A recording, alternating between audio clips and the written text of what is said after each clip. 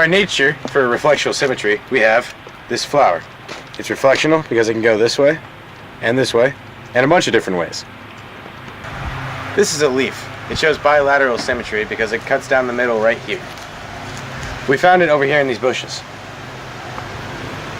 This is another flower we found in nature. It has rotational symmetry because if you start at this point, then this point, etc., it's all the same. And we found it in that bush over there, in front of Hannah's house.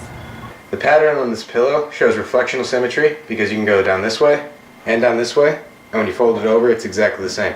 This is an example of reflectional symmetry in art. This pot shows rotational symmetry in art because any way you turn it, it's always the same, minus the color on the inside. This picture shows bilateral symmetry in art because when you cut it right down the middle, it's the same on both sides. This stool shows reflectional symmetry in architecture because if you cut it down this way and this way, it is the same. These two doors show bilateral symmetry in Architecture because you can cut it down the middle, but if you were to try to cut it this way, the doorknobs would mess it up.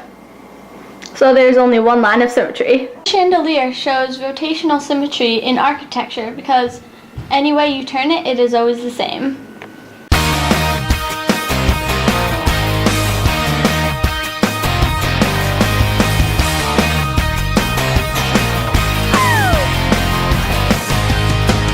Hey, Mr. Cook, my hat's bilateral symmetry. Look at that. This is one dog that is not symmetrical because of the color of his eyes.